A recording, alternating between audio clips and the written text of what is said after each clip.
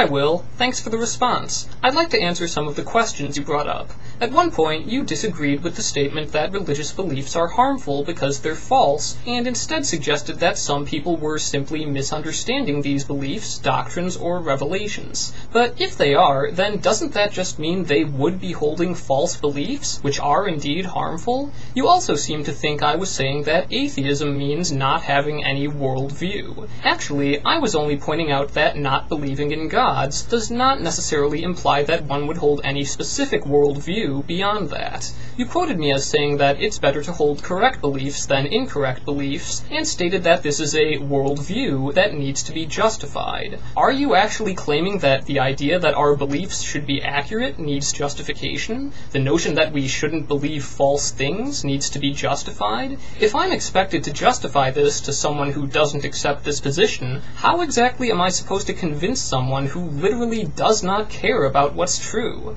You said that we have to show that our beliefs are true, for example, that no gods exist, before we can criticize any other beliefs or worldviews or ideas of morality. Actually, we may not always have to. Errors and weaknesses in other positions can still be identified without having to establish an alternative position as definitively true. For instance, if the available evidence is more consistent with the untruth of your beliefs than with their truth, this would certainly cast doubt upon the validity of your beliefs, and it wouldn't require proving that a separate position is true. Showing that a certain position is true in a way that would be mutually exclusive with your beliefs would be a very direct way of showing that your beliefs are wrong, but it isn't strictly necessary. Similarly, you claimed we can't say that belief in gods doesn't reflect reality unless we can show that no gods exist. But if there is no evidence that any gods exist, and thus no reason to believe that they do, how is the belief that gods exist an accurate reflection of reality? You again insisted that people perceive an objective morality that really exists in the same way that we perceive objective reality. You claim that there actually is an objective morality to refer to. If so, where is it? What is it? How is it that we perceive it? If you're going to claim that this is something we actually sense in some real way, then given the significant ongoing inconsistencies in what supposedly comprises this objective morality, it would seem we're not doing a very good job of it. You said that just as our perception of reality can sometimes be distorted, so can our perception of this objective morality, and that's why our understanding of it can differ. But regardless of how our perceptions of reality may be distorted, we do still know that, at the very least, reality exists. When it comes to objective morality, we do not even know this much. Even across various distorted perceptions of reality, it's clear that there is still a consistent reality that's being distorted. But our alleged perceptions of this objective morality differ much too greatly to offer even that. Not only is there no evidence that any objective morality actually exists, but all of this is entirely consistent with the possibility that we're just developing morality on our own.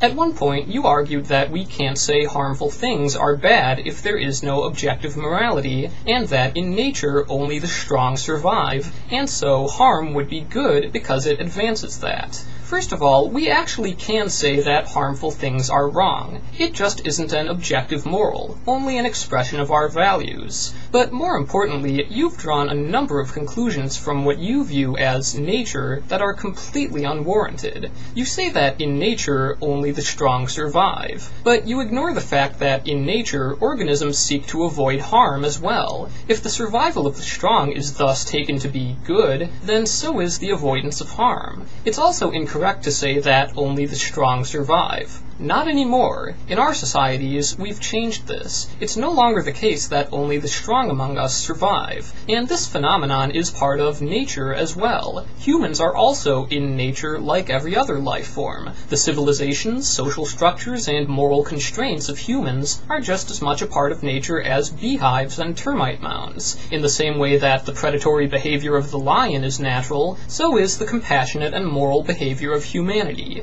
Regardless, it's a mistake to suggest suggest that nature would be a valid or useful source for morality. Observations of nature do not equate to prescriptive moral commands. Any argument that proceeds along the lines of "this happens in nature, therefore this is right," simply does not follow. You then proposed a scenario where if there was no civil law in place, then you could just kill me for no reason. Are you suggesting that this law is the reason why you wouldn't? That would be very interesting, because civil law isn't an objective morality. We had to create it, and it's often undergoing revision based on what we decide it should be. And yet you would apparently obey this anyway. So does it still have merit even though it isn't objective? Or if it doesn't have any merit in your opinion, are you still following the law regardless of that? In either case, what's the problem? The fact that it isn't objective doesn't seem to be a weakness. You repeatedly stated that if morality isn't objective, then what's right and wrong is only our opinion. Only? If that's all it is, then you may not have noticed what this also means in the absence of objective morality. Namely, that's all we have. The moral values that people claim are objective don't really occupy any higher station. They've never been shown to actually be objective, and they don't rank any higher than other morals just because someone said they're objective. Claiming that it is doesn't make it so. In terms of objectivity, or the lack thereof, we're all on a level playing field here.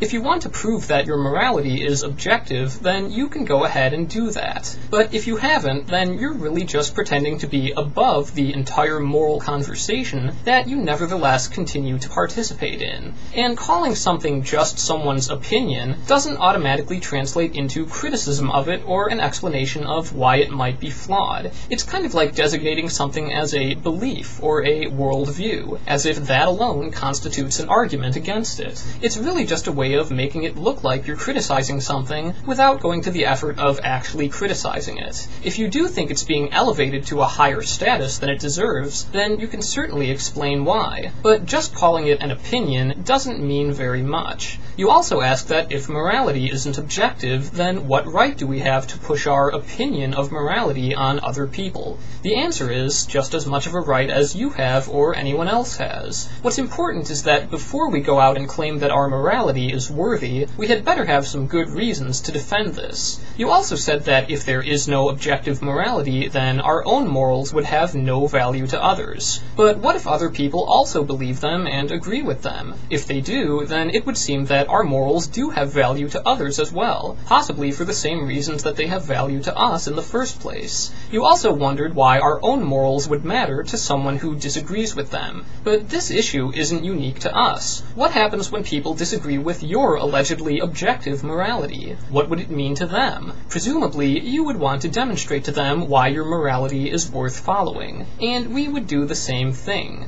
You also made a variety of analogies claiming that we are the prosecuting party for questioning the claims of religious believers, that there should be a presumption of innocence on your part, that we are treating you as guilty until proven innocent by not believing your claims, and so on. I've actually seen other people using these comparisons, so I'd like to drive a stake through the heart of this once and for all. In the criminal justice system, the presumption of innocence is very important precisely because of what's at stake.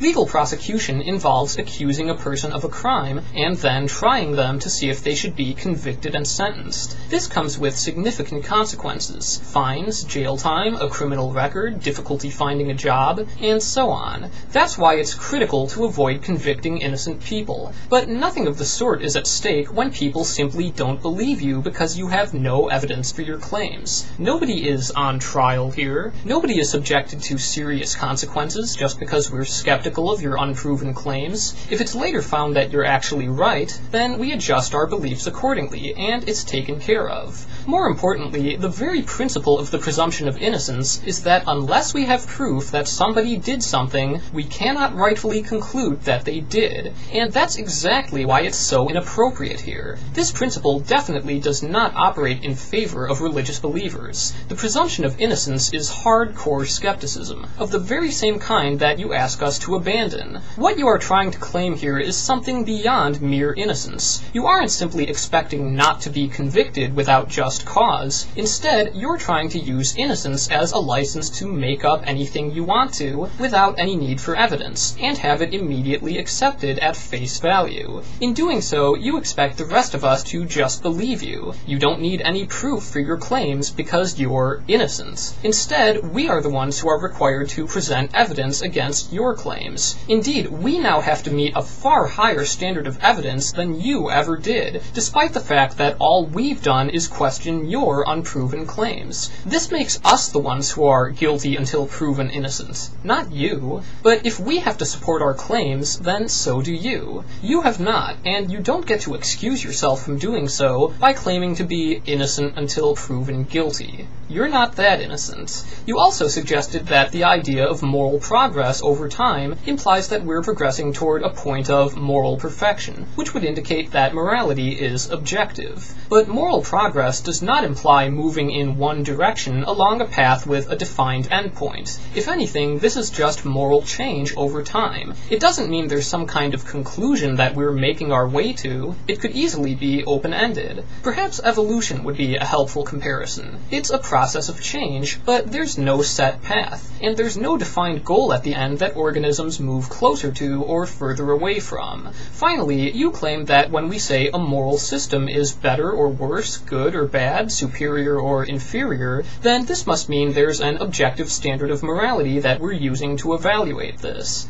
I don't think so. These judgments of moral systems being good or bad don't have to be objective. Once again, there's something that we come up with and assign to things. This is really just a subset of the general question of morality. There's the question of which moral systems best live up to this standard, but there's also the question of which standard they should try to live up to. And there seem to be just as many different perspectives on this as there are about what's right and what's wrong. There are some people who think morality should focus on maximizing positive outcomes and minimizing harm. For instance, if you ask them why murder is wrong, they might say it's because it denies a person their autonomy, it deprives them of their life, which is very important to them, and they would want to continue living. It would weaken the stability of society if people felt they were free to kill each other at will, and so on. And then there are people who think morality is just about certain rules that must be followed as best as possible, because those are the rules, and that's that. For example, if you ask them why it's wrong to molest children, they might say it's only wrong because their God says it is. It's not because it harms them or anything. That doesn't matter. It's good if their God says it's good, and it's bad if their God says it's bad. And that's all there is to it. And then there are various other positions, like the idea that every person has certain rights which must not be violated, while at the same time this can potentially be overridden if there's a very compelling government interest. Some people think human well-being is important in morality. Some people think human suffering is morally irrelevant, or possibly even a good thing. Some people might agree on certain morals, but for entirely different reasons. And where they disagree, this can expose the rifts between their underlying moral theories. All in all, this is a very diverse field, and unsurprisingly, none of these competing standards for morality seem to have been established as objective either. It's just another area of morality itself. What things are right, what things are wrong, and what do right and wrong actually mean. It's our job to figure it out. These concepts are our creation, and as usual, the answers aren't just going to be handed to us.